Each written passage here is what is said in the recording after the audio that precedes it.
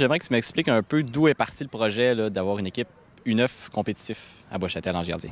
Bien, dans le fond, c'est pas compliqué. Ce projet-là existe au niveau de la RSQ depuis quelques années. Et nous, comme on a un bassin de joueurs qui n'est pas très élevé, on n'avait pas la possibilité de le faire. Une équipe dans le A, dans le compétitif, c'est dans le développement qu'on appelle. C'est les joueurs qui sont qui sont meilleurs dans le fond, qui ont une coche au-dessus des autres. Mais comme on avait un bassin de joueurs qui n'était pas très élevé, on n'était pas capable de faire une équipe où est-ce que tous les joueurs, la concentration de jeu était beaucoup plus élevée que si on avait juste une équipe de 10 enfants, seulement 10 enfants. Donc là, cette année, on avait une possibilité, on avait 30 inscriptions, une trentaine d'inscriptions. Donc, on a été capable de ressortir vraiment le noyau, tous les joueurs qui étaient beaucoup meilleurs pour en faire une équipe. Et puis, l'autre équipe, on l'a laissé dans le local. Alors, le niveau de jeu était correct pour eux et pour ceux-là qui étaient beaucoup plus meilleurs, on offrait un niveau de jeu qui était plus intéressant pour eux. Alors, ça leur permettait de se développer davantage puis d'avoir des adversaires qui ont vraiment un niveau de jeu semblable au leur. C'est la première année qu'il y a une telle équipe à l'association. Comment le processus de sélection s'est fait? Le processus de sélection, on s'est fait plusieurs rencontres. On a le directeur technique de la région, Eldar Duhart, qui est venu avec nous pour une première ébauche, savoir si on avait vraiment le potentiel avec nos joueurs. On a fait des pratiques, on a fait plusieurs pratiques. On a évalué les niveaux techniques. On les a fait une partie à l'intérieur, une partie à l'extérieur. On a regardé au niveau du jeu, au niveau de la technique. Puis avec ça, on a ressorti les meilleurs éléments. Puis c'est de ça qu'on a fait l'équipe. Qu'est-ce que les jeunes avaient besoin d'avoir comme qualité technique pour être choisis au sein de l'équipe?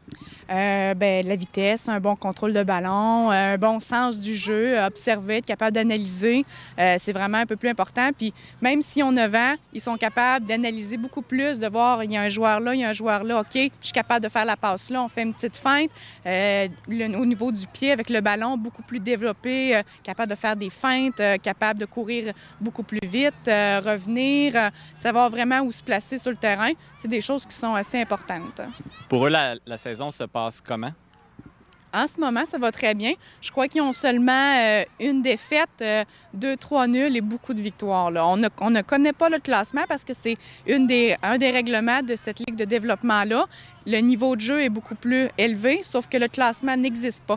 Comme le soccer à 7 dans le local, on a décidé, avec tous les directeurs techniques de la région, d'abolir le classement pour éviter, justement, qu'il y ait beaucoup plus de compétitivité dans les parents, dans les joueurs. On est meilleur, on est meilleur. Alors, ça permet d'avoir un niveau de jeu intéressant, mais tout de même de rester dans le respect, puis d'être capable de dire, même si on est moins fort un match, on sait qu'on va se reprendre, puis on n'est pas les derniers de la liste, fait que ça ne décourage pas les enfants. Fait que je peux pas le savoir dans quelle position ils sont, mais ils ont beaucoup de victoires, puis ça va très bien. Je crois qu'ils ont seulement une défaite. Hein. On le sait au Québec, le soccer est très populaire, mais est-ce qu'on devrait encore plus mettre d'emphase sur le niveau élite, si on veut? Bien, c'est sûr que c'est un niveau de jeu qui est beaucoup intéressant. À Bois-Châtel, avoir du 3A, pour le moment, c'est impensable, même s'il y en a qui pensent qu'on devrait en avoir. Mais le A, on commence à avoir des gens. L'année prochaine, on va faire la même chose avec l'équipe des 8 ans. On va essayer chez les filles. C'est un projet qui est à long terme, mais qui est réalisable. Donc, je suis certaine que d'ici 4, 5, 6 ans, on est capable d'avoir une équipe en U12 à niveau compétitif 2A. Mais oui, c'est quelque chose qui va être réalisable dans les années à venir. Donc, c'est un travail quand même de longue haleine, mais qui ne s'arrêtera pas avec cette équipe-là. Non, pas du tout. Cette année, les U8, on a encore 2 équipes, donc on a à peu près une trentaine de joueurs. Ça va être quelque chose qu'on va continuer l'année prochaine pour le niveau masculin. Et le niveau féminin, c'est la même chose. Il y a autant de joueurs, il y a beaucoup de potentiel. Fait que, oui, on va continuer ça. Puis à chaque année, on essaie toujours de pousser le projet un peu plus. Puis oui, c'est quelque chose qu'on va essayer d'avoir.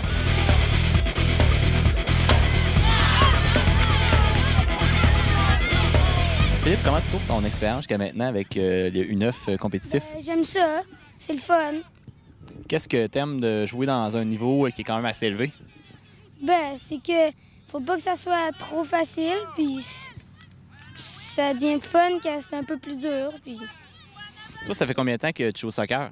4 ans. Puis qu'est-ce qui t'a fait commencer? Je sais pas, là. C'est... Je pense que c'est à cause que mon père, il jouait au soccer. Puis des fois, je jouais avec lui, puis on s'amusait, puis j'ai aimé ça. Selon toi, pour être un bon joueur de soccer, qu'est-ce que ça prend? Un bon esprit sportif, faire Ben, tu sais, avec les... ben, se démarquer, plein d'affaires, faire de la passe, puis ça fait qu'on devient de plus en plus meilleur. Votre saison jusqu'à maintenant, ça va comment? Bien. On a toutes des victoires, 2-3 défaites, puis peut-être 1 ou 2 nuls.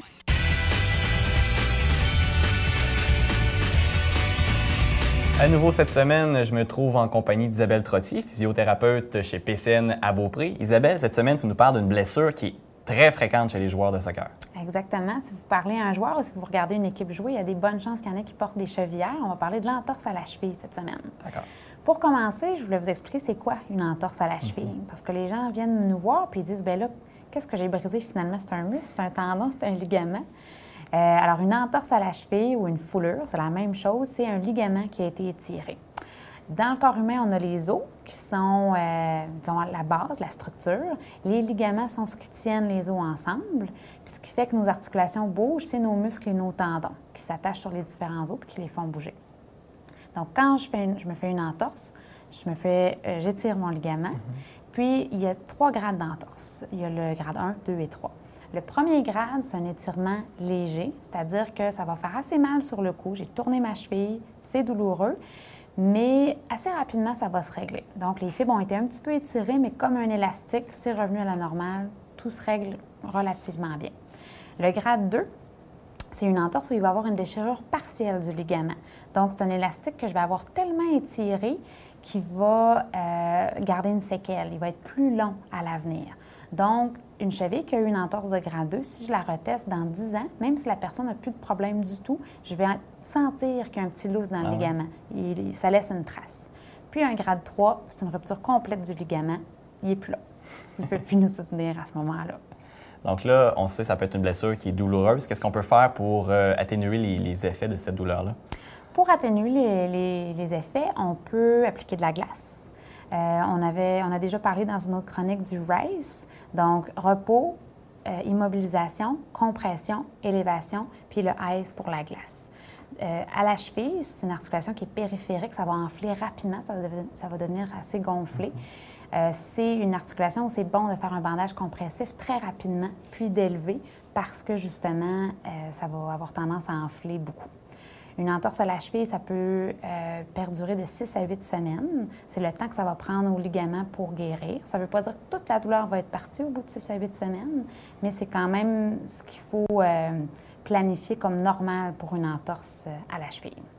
L'entorse peut venir compromettre, si on veut, la saison d'un athlète. Qu'est-ce qu'on fait pour se réhabiliter suite à cette blessure-là?